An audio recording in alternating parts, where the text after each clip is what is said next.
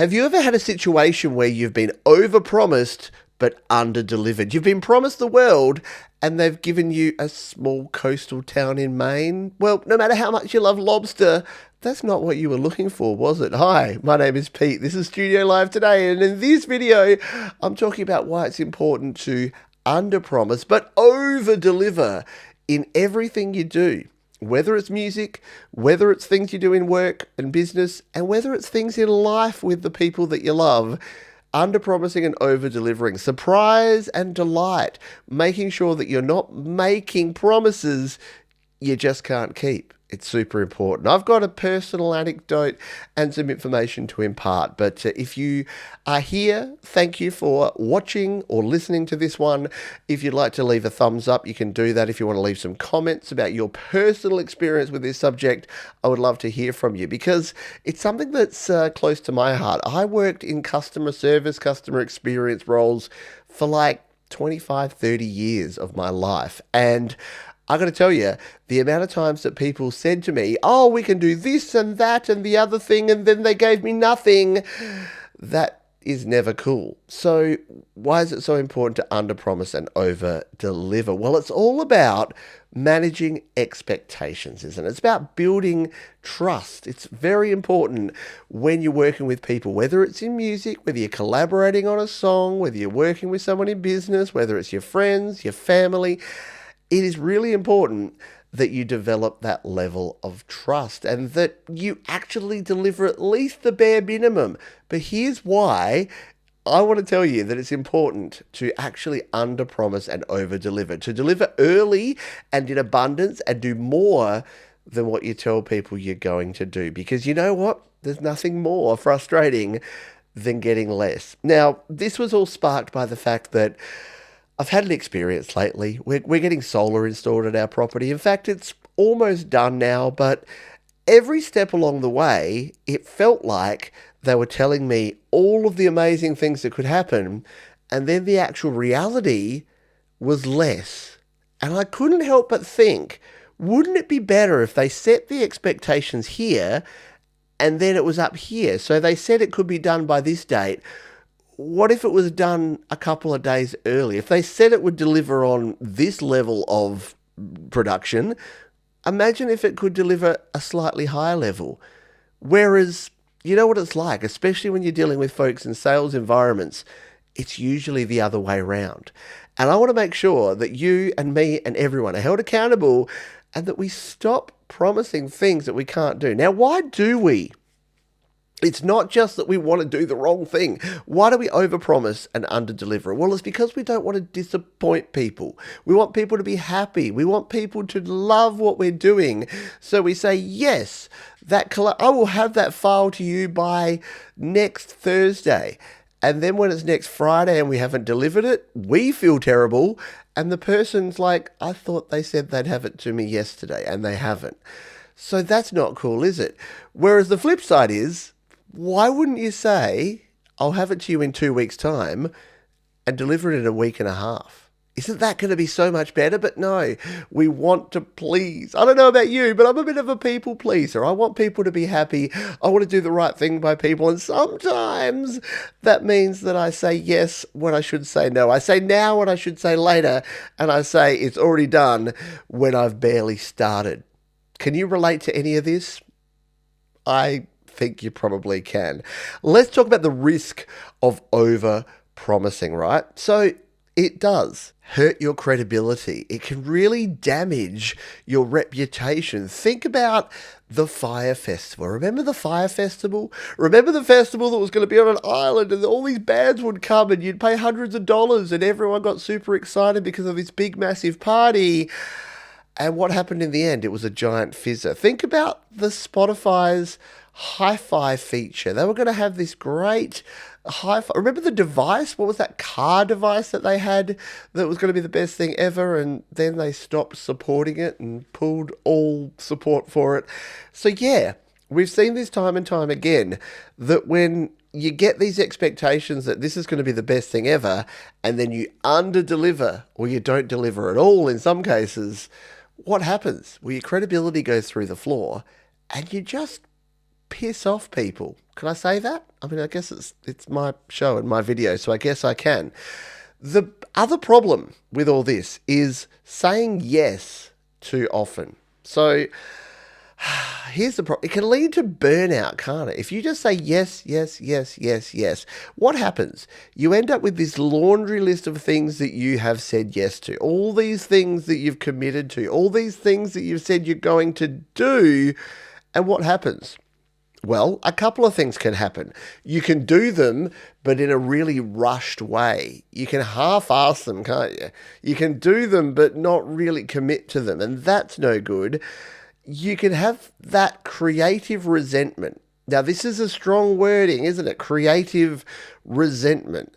So if you've agreed to work with someone on a project and you can't deliver on it, and then you have to do it, are you delivering everything? Should you have said yes at all? Should you have said next week or next month when really you had no attention or ability to get it done within that period of time? Or should you have said, I'm not the right person for this project right now? Or should you have said, I can do this, but you know what? It's going to be in the next 6 months. I've been there. I'm in there right now. I've got a project at the moment that I said, hey, it would be cool to do this. And I was all enthusiastic about. And then guess what? Life gets in the way, and work gets in the way, and everything gets in the way. And what do you end up feeling? You feel bad. You feel resentful. You feel rushed. It leads to burnout. It is not cool. So you can't do everything all the time. And that's why it's so important to under-promise and over-deliver. Should we talk about surprise and delight? Oh, back in my corporate days, we talked about surprise and delight. Except that was a very scripted version of that, wasn't it? Isn't it much cooler to surprise and delight by just doing things for people that they don't expect? Or delivering something early when people expected it late? Or being able to do something, you know what I mean, right? Over-delivering on what the spec was. You know how there's that saying now, it's like, oh yeah, they I can't even remember what it is now. They delivered to specifications. No, they understood the assignment. There you go. Instead of understanding the assignment, how about you take the assignment and you double down on it and you absolutely crush it, and you just impress people with your ability to not only understand the assignment, but get an A+, get a 21 out of 20. So when I went to school, we were marked out of 20. Now the kids are marked out of 8 and 10 and 12, and I don't understand it. But surprise and delight. It's actually, if you go in to everything you do in life thinking, how do I surprise the person expecting this, and how do I delight the person? Then, I don't know, I think that can be a better way to do things. Instead of going, hey, what if I just do this at the bare minimum? How about I do it even better? Now, let's just take a pause here and just say, this isn't always possible. I know, you're probably there going, this is a pipe dream. This is pie in the sky stuff, Johns, because guess what? Reality of the situation is you can't always do this. And you know what? You're right. You're 100% right, because you can't always surprise and delight. You can't always underpromise and overdeliver. You can't always choose whether you say yes or no, because guess what? Sometimes you have a job, and sometimes you just got to get it done. But all I'm saying here is try, wherever possible, try to at least not overpromise and underdeliver, and at very least deliver on the specs that you've been given. On time and on budget is okay sometimes. So before you come and say in the comments, this isn't realistic, you can't always surprise and delight, you can't always underpromise and overdeliver, I get you. Underpromise, overdeliver doesn't mean low ambition. It's about margin. It's about having the ability for polish and for creativity and real life. It's smart, not lazy. Have you ever heard that phrase? Work smarter, not harder. That's what underpromise, overdeliver is all about. It's not about saying, I could deliver this, but instead I'm going to deliver this. It's saying, I know I can deliver this, so instead of promising this, I'm going to go with this. And then when you get this, guess what? You're really happy. All right, it's at this point that I'm going to pause and tell you about my story. So I'm getting solar installed. So solar panels on my roof and a battery and all that sort of jazz, which is cool. And it's an exciting time and I'm very happy about it. And look, it's nearly done. However, the reason I wanted to do this as the podcast this week is that they could have managed this better. They could have underpromised and over-delivered. But instead, and look, when you're dealing with people in sales environments, this happens quite a lot. They will tell you, here's all the things we can do, and then the people come out to deliver on it, and it gets harder and harder. So we had some situations where they needed to install some scaffolding, and the scaffolding people came and they installed it, and then when they came to do the installation, the scaffolding was in the way of where they needed to put the inverter and where they needed to put the battery, so they couldn't do it.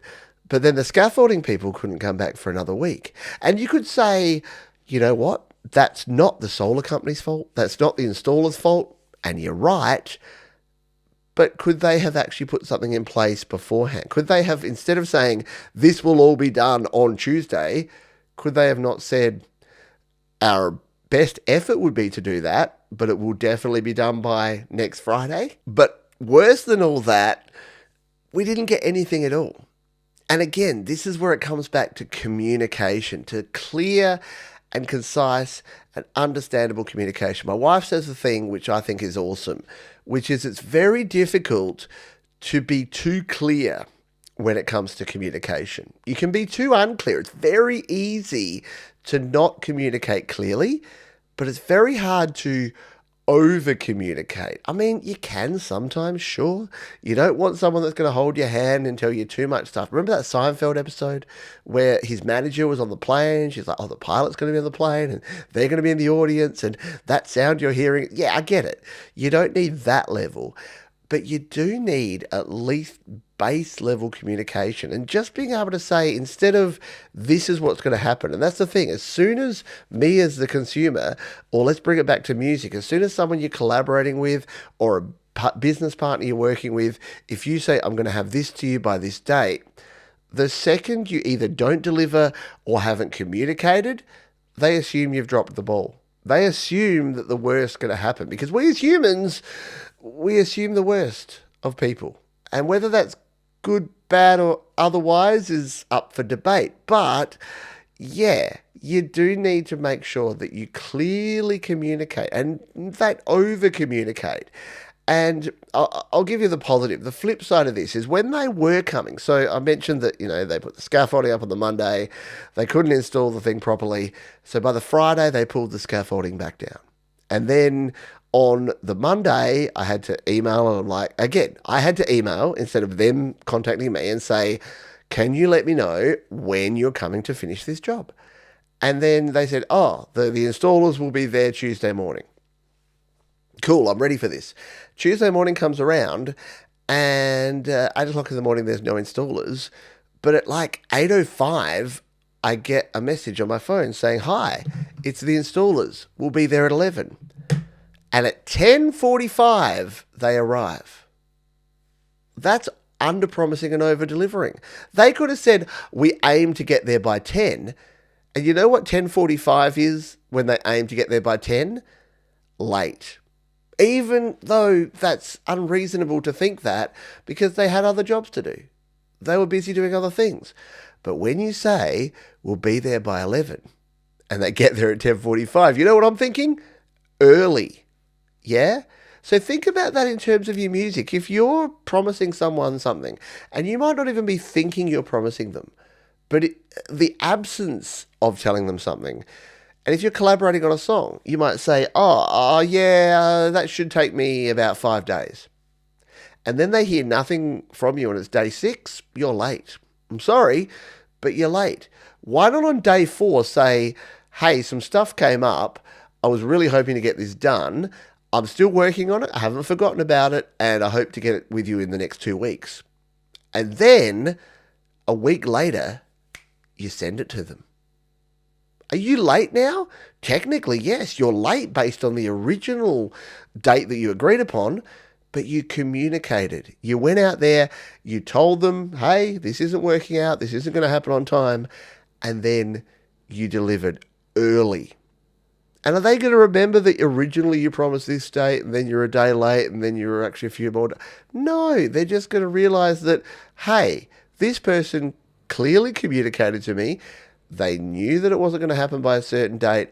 They got back in touch and then they over-delivered. Yeah? They under-promised and over-delivered. So they said, hey, it's going to be done in 2 weeks' time.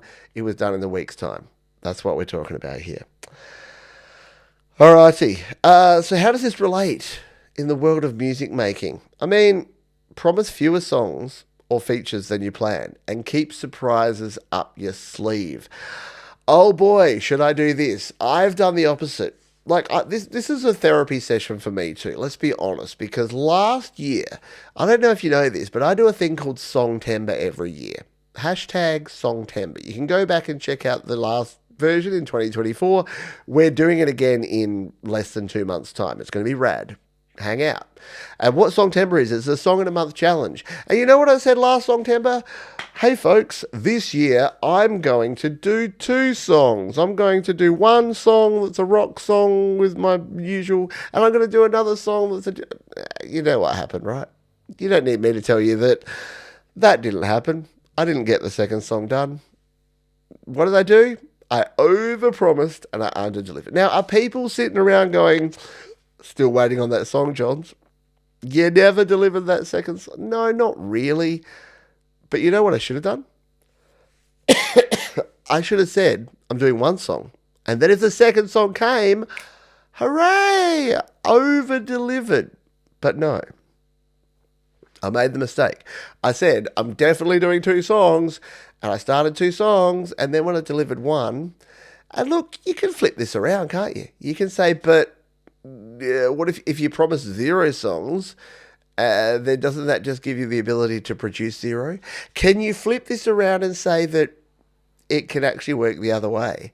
That sometimes you can use this as an excuse, as a way to get out of doing anything. Because you're like, if I promise nothing and deliver nothing, then I've delivered exactly what I said I will. Of course you can. But we're talking about doing something here and delivering on something. And I hope that you're not sitting there going, Johns tells me I can under-promise and over-deliver. So if I promise -1 and deliver 0, that's over-deliver. No, I'm sorry. You don't get that. You don't get that out in this case. So, yeah, how do we use this? It can build trust with people around you. So whether you're a musician building trust with your audience, or whether you're a musician building trust with other musicians, whether you're a YouTuber building trust with the people watching you, if you consistently deliver more than you promise, people come to rely on you. And that's a good thing, yeah?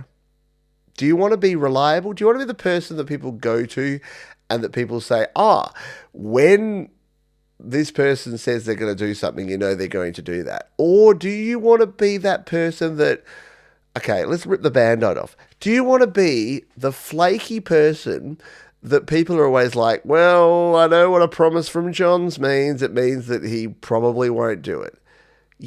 Do you have that friend? Do you have that person that you invite them somewhere and you're like, look, there's a 10% chance they're going to rock up. And when they don't rock up, they're not going to call, they're not going to message, or if they do, it'll be like an afterthought. They'll message, the party will be at 8, and at 9 o'clock they'll be like, I totally spaced, man, I forgot I was going to be there. Or they'll message you the next morning and go, sorry, my mate Gerald said that he had this other party and I didn't make it. Do you want to be friend of Gerald, or do you want to be someone that people can rely on? It's up to you, to be honest, but try to be not Gerald's friend. I'm really sorry. If there's someone called Gerald that's watching this, I feel very bad right now.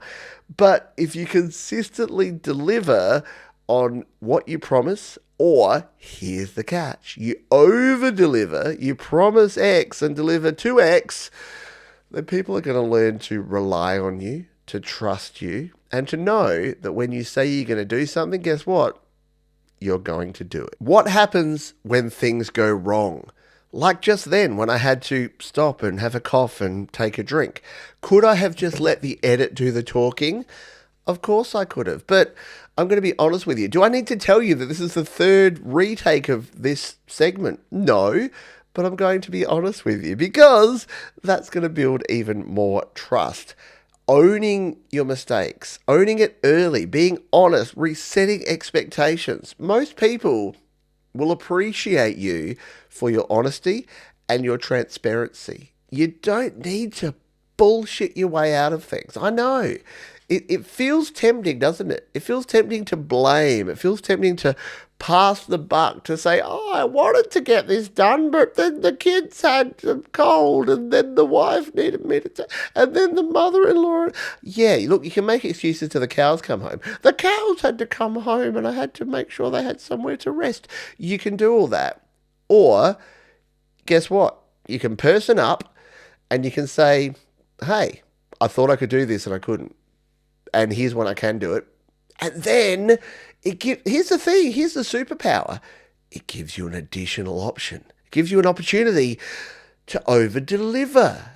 Yeah, because guess what? If you don't meet a deadline, I learned this in the real world, in the corporate world, which is that the sort of people that just didn't deliver what they needed to and were just sitting there feeling nervous and feeling like crappy until the boss came around and tapped them on the shoulder and said, Johns, you haven't done your TPS report. You're like, oh, yeah, I totally meant to. Or you know what you do? You go, the TPS report is due tomorrow. So you call your boss and you're like, hey, I know the TPS report is due tomorrow. I've had this and this and this and this that have taken my priority. I can get the TPS report to you on Friday. Most people, guess what? TPS reports aren't that important. Like, people don't really need them. They think they do, but they really don't. I don't know. I've worked in the corporate world and I know they don't really need them. So you tell them by Friday. And then when it's on their desk on Wednesday, which is 3 days late, but 2 days early on the new deadline, you look like you kind of got your stuff together, don't you? And that's the thing. You can actually renegotiate these things. The only problem is most people just freak out about it, don't get it done, and then hope for the best. They hope that someone else has forgotten. They hope for a miracle, a snow day, or something. And when it doesn't happen, they're like, well, it wasn't me. It was someone else's fault. No, own it. Take ownership. Blame is not that bad. Like, just take it on board. People respect you. Real people respect. You know what? If you come to someone and say, hey, I know I needed this done by this date, but it's going to be an extra week, and they blow up at you, well, guess what? If you're working on some collaboration or some musical project, they're not the right person to be working with, hands down.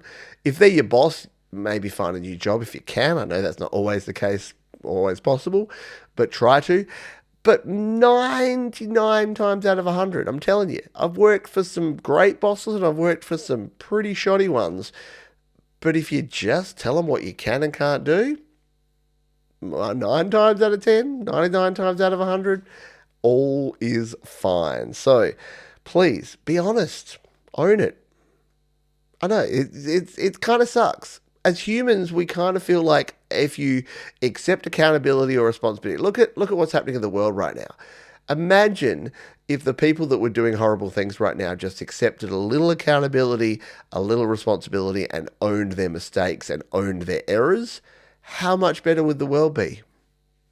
They don't, and they won't, so it's not. But it would be so great. How do you delight people? So let's bring it back to music. So what can you do to delight people? A bonus track. You know what the best thing in the 90s was? There was an album by Green Day called Dookie. Did anyone listen to Dookie? It was a great album. And I'll say this to you. I was alone. I was all by myself. If you listened to that album as much as I did, you would know that when you got to the end of that album, it was only like a 32-minute album because it's a punk album, right? Green Day, punk. And you got to the end and there was a gap and then it started playing this song called All By Myself. And it was really cool. That's surprise and delight, right? That's surprise and delight. Releasing early. Oh my goodness. Like just having something that just pops out of nowhere, a surprise release. You think something's coming on Friday, and on Thursday something random pops out. You've done this, haven't you? Like when an artist, you think their new single's coming out on one day, and then like even a sneak peek of it comes out the day before. How delighted are you? They don't need to tell you that the sneak peek's coming out on Thursday. They can say it's releasing Friday, but you get the sneak peek on Thursday. It's totally rad. A personal thank you. Oh my gosh. How good is this? A personal thank you. I'm going to tell you a little story here. This wasn't even a thank you. So one of my favourite Australian artists of all time is a guy called Ben Lee. You can look him up. Ben space Lee. Great singer, songwriter, bit of an arrogant bloke. Had a reputation for that early on. In fact, there was a song by the band Klinger here in Australia called "And You're Lucky That You Met Me, 'Cause I'm Arrogant Like Ben Lee." Anyway, I went and saw Ben Lee in concert, and this was one of the first gigs that I'd seen kind of post-COVID. So there were still some restrictions, but we were starting to get back to the new normal. Must have been 2022. And I went to see this gig. And it was really good. He debuted a new song that I thought was super cool. And I was just super impressed. And I'm like, you know what? I don't normally do this, but I'm jumping on my phone and I'm going to send a message on Instagram to Ben Lee. Why not? He just played a great gig.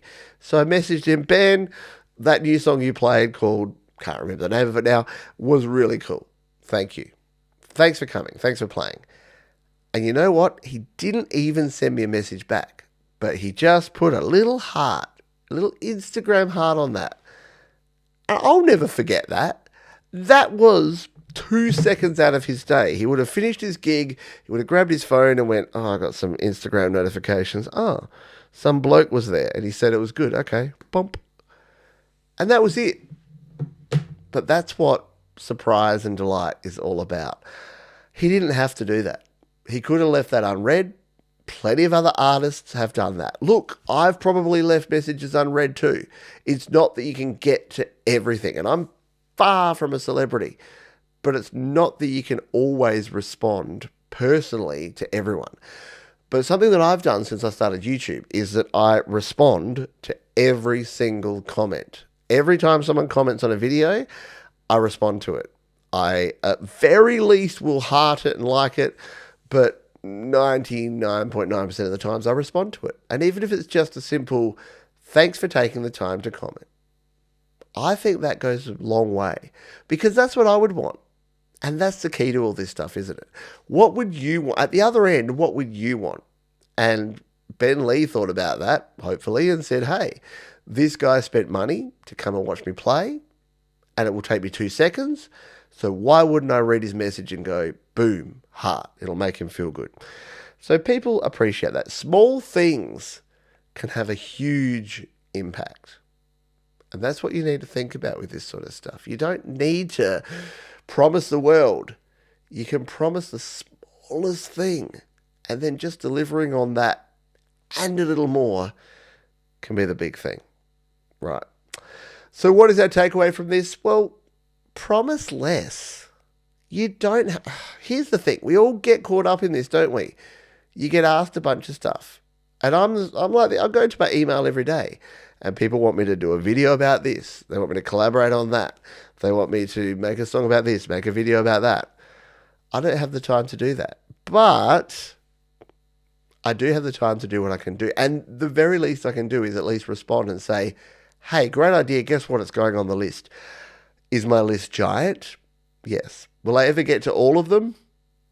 Probably not. But by simply trying or at least responding, and here's the thing, the amount of times that I've responded to people saying, hey, they'll suggest something. Oh my God, I would love it if you could sing on my song. And I respond going, your song is awesome. Here's a link to my Facebook group.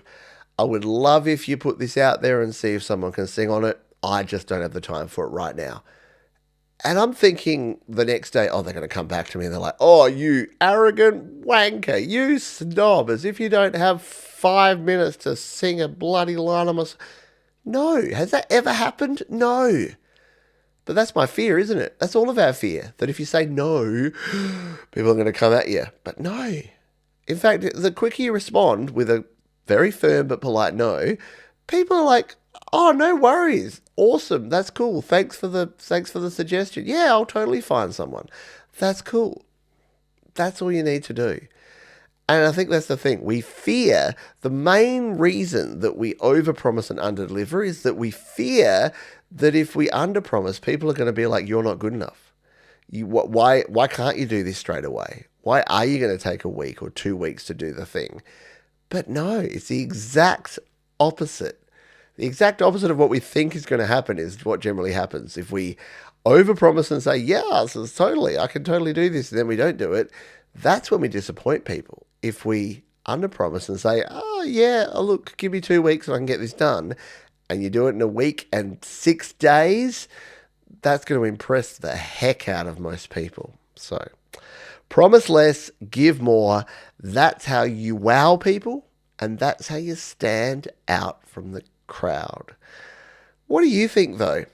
Tell me your stories. I want to hear your stories of being overpromised to and under-delivered to. It doesn't have to be a tradesperson story like mine, but I'm sure that's happened to you. In the musical world, has someone overpromised and under-delivered? Oh, it's happened to me.